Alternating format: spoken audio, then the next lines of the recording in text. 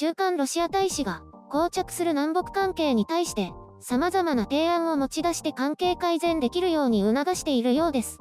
韓国メディアのインタビューに対して、最近南北間状況悪化を含んで周期的な緊張の爆発は深刻な憂慮を生み出す、と話したと伝えられています。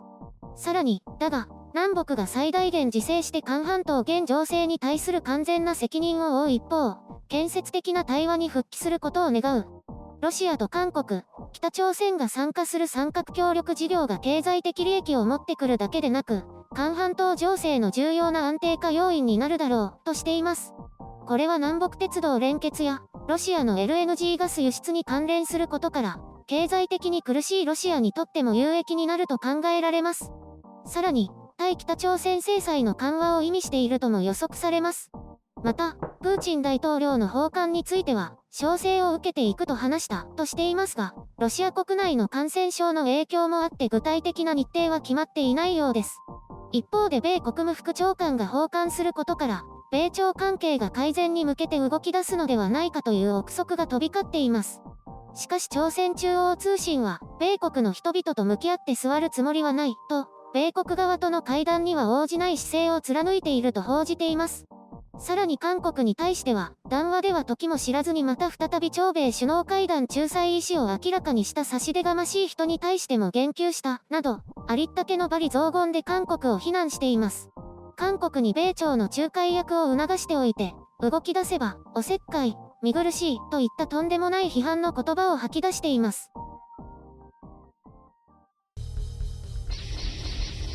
編集所官別に南北のツンデレ外交をこれ以上ご紹介するつもりもないのだけれど、ロシア関連があまりにも内容がないので穴埋めさせていただきました。毎回見苦しい限りですが、腹を割って話せない相手に何を話すのかなどと私は思いますね。日本もこんな王様気取りの国を相手にして本当に大変だと思います。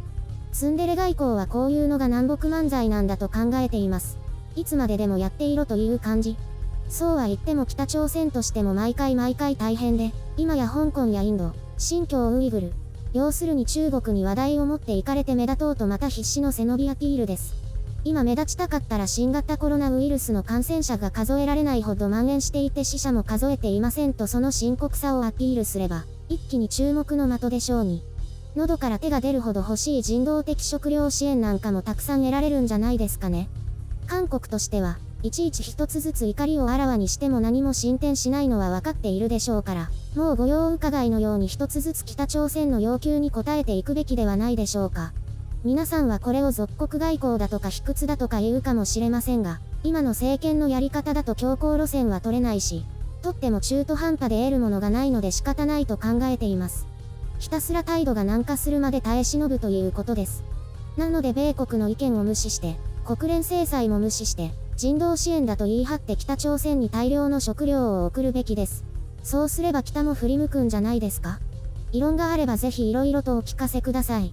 私は現実的な路線だと思いますけどね。一方、感染症対策に失敗して、感染症も経済も共倒れしながらデタラメ憲法改正に大成功したロシア。あんなのは国民を狙い通りにだまくらかして宣伝戦で票を集めたというか、まあそれについては言葉が汚くなりそうなので控えておきましょう。そんなロシアも孤立化と経済失速が激しくて、この際協力してくれるなら誰でもいいようですね。ただまともな相手がいないのが難点。ロシアとしてはどこでもいいから石油や天然ガスを売りつけたいわけで、脱原発政策で電力確保に苦しむ韓国も格好の相手であるわけです。北朝鮮もそうなんですけどお金がない。韓国はエネルギーにかけるお金くらいはあります。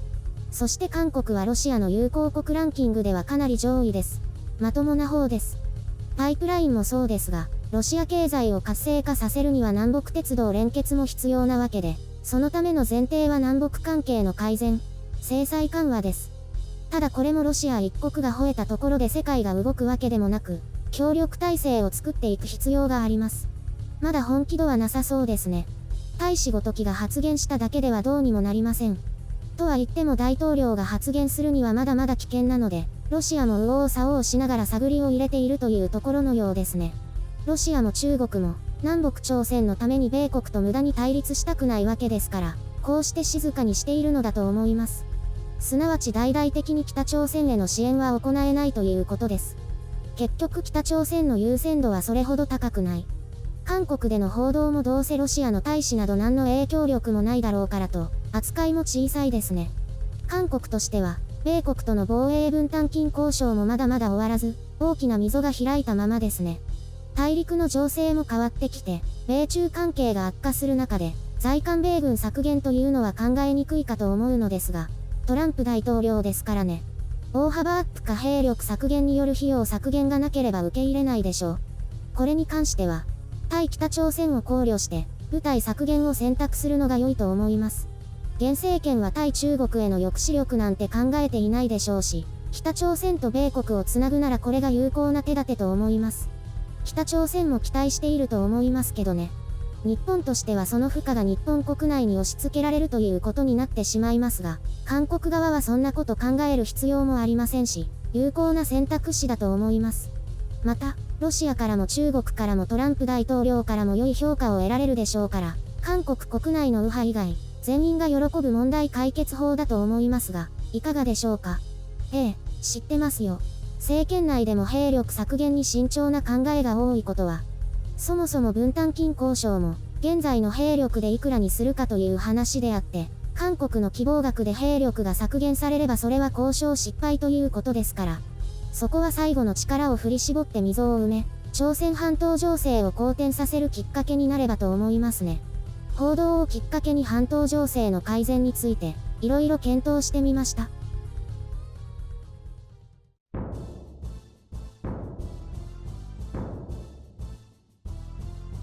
前も聞いたようなニュースですけど。最新ですよ。出来たてほやほや。そうですか？去年の今頃の報道じゃないですか？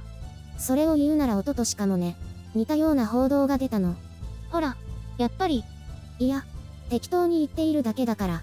確かに以前もロシアはちょっと乗り気でしたけどね。どうしてやめちゃったんですかね？米朝関係が悪化したからでしょ。今日は蒸し暑いですね。眠くなってきたの？さっきご飯食べたので。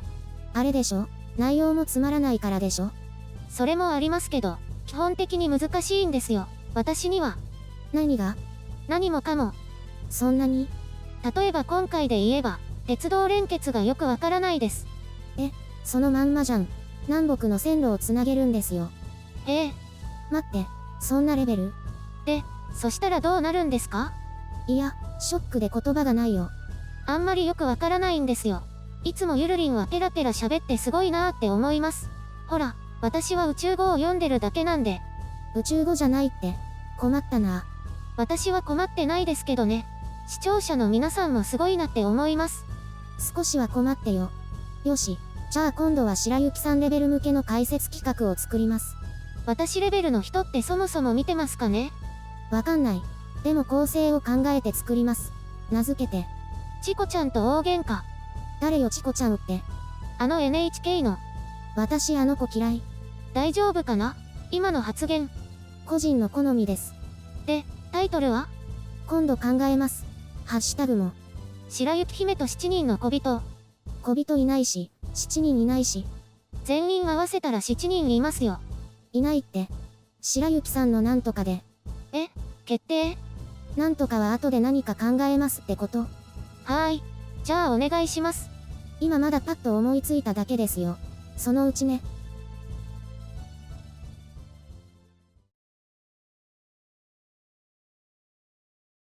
出張お疲れ様です。寂しかったです。やん、可愛いこと言わないで。本当です。あ、お土産あるからね。後で渡します。ありがとう。嬉しい。ところで国内で出張って珍しいですね。そうですね。だいたい向こうから来ますからね。何年ぶりって感じです。私は年に数回ありますけど。お泊まりもしてきました。温泉も入りました。私も日曜日お風呂屋さんに行ってきましたよ。楽しかったです。お風呂屋さん好きだよね。白雪さん。うん。あ、そういえば何か食べました？山ちゃんに行ってきました。世界の山ちゃんですね。私も名古屋に行った時連れて行ってもらいました。ガラガラでしたけどね。まあ日曜日の夜だし。手羽先食べました？おじさんたち飲んでばかりだから一人で必死に食べました。あれって指についたのをペロペロっと舐めるのが美味しいんですよね。うわ、なんかはしたない。みんな知ってますしやってますよ。ペロペロって、あれが一番美味しいんです。私箸で食べたけど、邪道ですね。最悪と言ってもいいですね。手が汚れるじゃん。どうせかぶりついてペット吐き出すんだから上品を装ってもダメですよ。あ、そういえばゆるりんはスナック菓子も箸で食べますよね。ええ、それじゃあペロペロってできないじゃないですか。手を拭くの面倒じゃん。パンも箸で食べますよね。手が汚れるから、それにパンはペロペロしないでしょ。とにかく、手羽先は美味しかったです。久しぶりにお酒も飲んだし。いいなぁ。でも感染とか大丈夫ですか？知らない。大丈夫じゃない？打ち合わせはどうでした？久々に知らない人に会って楽しかったです。契約も取れそうだし。ゆるりんもちゃんと働いてるんですね。感心しました。私ニートじゃないっての。